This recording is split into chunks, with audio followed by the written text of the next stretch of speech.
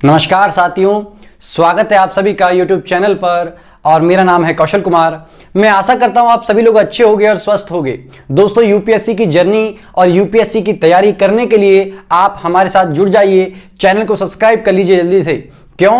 क्योंकि हम आपके लिए लेके आ गए हैं इतिहास की सीरीज का 10वां पार्ट। जी हां दोस्तों, ये क्लास 10वीं होने वाली है आपकी इतिहास में। हम सबसे पहले आपको प्राचीन भारत का इतिहास कवर करा रहे हैं, जिसमें हमने आपको प्रागैतिहासिक काल कंप्लीट करवा दिया है, साथ ही हमने आपको आदि ऐतिहासिक काल भी कंप्लीट करवा दिया है। और आज हम स्टार्ट करने वाले हैं आपका वास्तविक रूप से ऐतिहासिक भाग। जी हां दोस्तों, मैंने आपको बताया था प्रारंभ में कि इतिहास के हमारे 3 भागों में बांट के देखा जा सकता है इतिहास को, कि सबसे पहले प्रागैतिहासिक काल है, जब आदि मानव होता था और वो केवल पत्थरों के औजारों का प्रयोग करता था। दूसरा भाग मैंने बताया आदि ऐतिहासिक काल, जिस समय सिंधु घाटी सभ्यता का विकास हुआ था, उसको आदि ऐतिहासिक काल कहते हैं।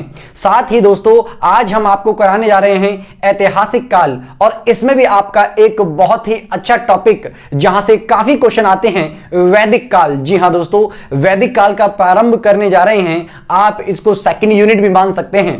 ठीक है दोस्तों, तो चलिए स्टार्ट करते हैं वीडियो के इस पार्ट को। और आज हम आपको बताने वाले हैं ऐतिहासिक काल। जी हां दोस्तों, ऐतिहासिक काल क्या है? ऐतिहासिक काल मतलब ऐसा काल जिसके लिखित प्रमाण हमको मिलते हैं, उसे ऐतिहासिक काल कहते हैं। इस समय के जो लिखित हमको स्रोत मिले हैं, उनको पढ़ा जा सकता है। क्यों पढ़ा जा सकता है? क्योंकि वो हमको समझ में आता है। जैसे आदि ऐतिहासिक काल में लिखित प्रमाण तो वहां के भी मौजूद हैं, लेकिन हम सिंधु घाटी की सभ्यता की जो लिपियां हैं उनको पढ़ नहीं सके हैं। साथ ही देखिए जरा इसकी विशेषताएं।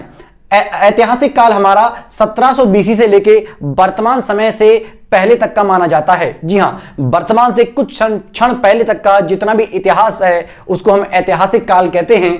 और इसमें लिपियों का विकास हो चुका था। जी हां दोस्तों, लिपियों का विकास हो चुका था। ये 1700 बीसी मतलब 1700 मतलब एक तरीके से बिफोर सेंचुरी या ईसवी पूर्व की हम बात कर रहे हैं। और लिखित प्रमाण है इस समय पर, लिपियों को पढ़ा भी जा सकता है और समझा भी जा सकता है। साथ ही इसको हम 4 भागों में डिवाइड कर सकते हैं। इस पूरे ऐतिहासिक काल को हम कितने भागों में डिवाइड कर सकते हैं? 4 भागों में। कैसे? सबसे पहला हमारा प्राचीन इतिहास, और दूसरा हमारा मध्यकालीन इतिहास, और तीसरा आधुनिक इतिहास, और चौथा आजादी के बाद का भारत, या फिर इसको नेहरू काल के नाम से भी जाना जाता है।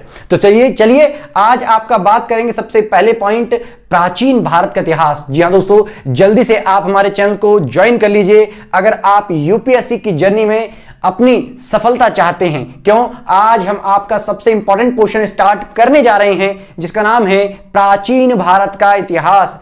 एक्चुअल में जो प्राचीन भारत का इतिहास है उसकी नींव यहां से रखी जाती है, लेकिन उससे पहले का जो पोर्शन है वहां से भी काफी क्वेश्चन आते हैं, तो आपको वहां से भी तो समझना पड़ेगा ना, बेस तो समझना पड़ेगा ना।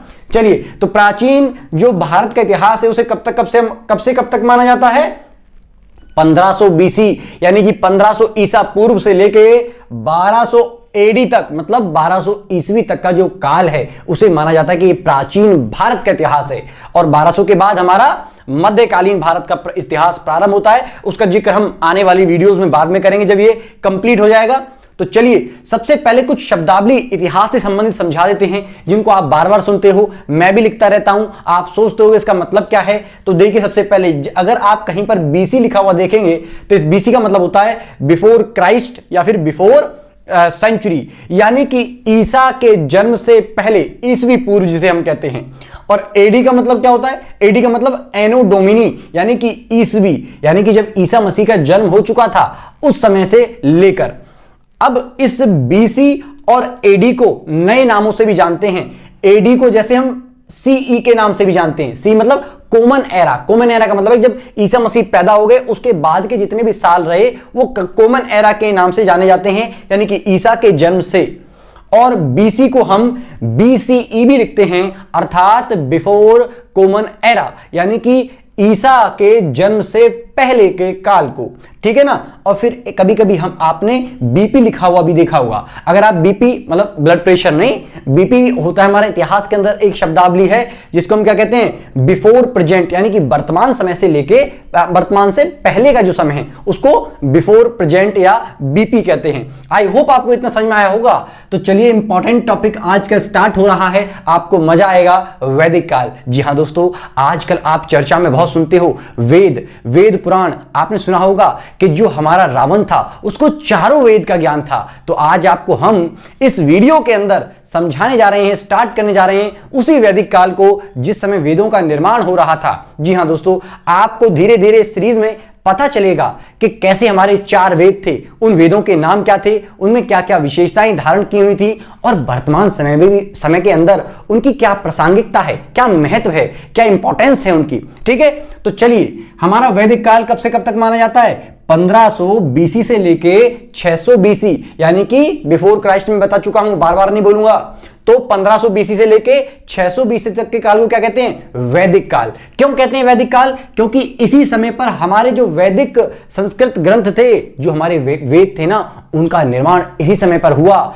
कैसे हुआ? मतलब निर्माण मतलब वो इस समय पर बने नहीं थे, इससे पहले भी मौजूद थे, लेकिन जो हमारे आर्य थे ना, आर्य, उन्होंने क्या करा? इनका समाकलन किया। चलिए, तो वैदिक काल क्या? वैदिक संस्कृत ग्रंथों की समय पर रचना हुई थी और वैदिक सभ्यता, जी हां, वैदिक सभ्यता के संस्थापक कौन थे? आर्य लोग। आर्य लोग, ऐसा माना जाता है, मैक्स मूलर नाम के इतिहासकार बताते हैं कि मध्य एशिया से आए थे और भारत में आके बस गए थे। इन्होंने एक विशेष प्रकार की संस्कृति का विकास किया और उस सभ्यता या संस्कृति का नाम आर्य सभ्यता या फिर आपका वैदिक संस्कृति पड़ गया। तो मैक्स मूलर के अनुसार आर्य भारत में मध्य एशिया से 2000 बीसी से लेकर 1500 बीसी के लगभग में वो हमारे भारत आए थे।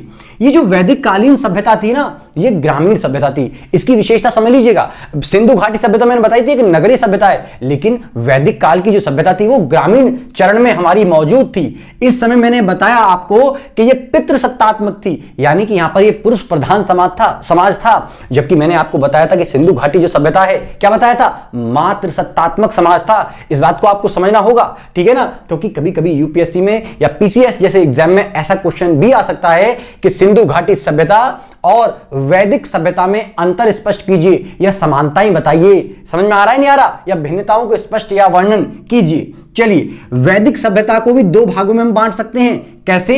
एक ऋग वैदिक काल और एक उत्तर ऋग वैदिक काल। यानी कि एक तो हमारा ऋग वैदिक काल हो गया, एक उत्तर वैदिक काल हो गया।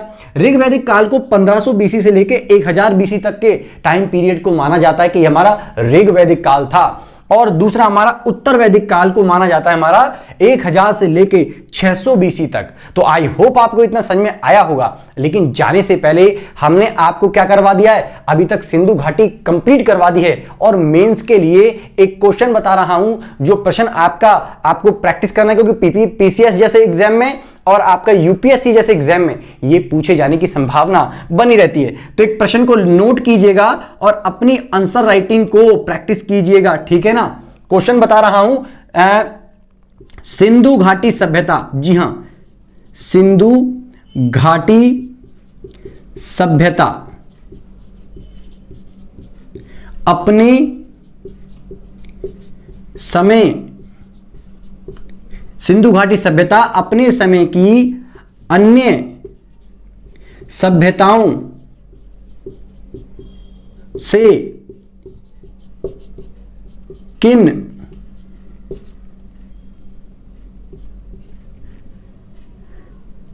चीजों में भिन्न थी, वर्णन कीजिए।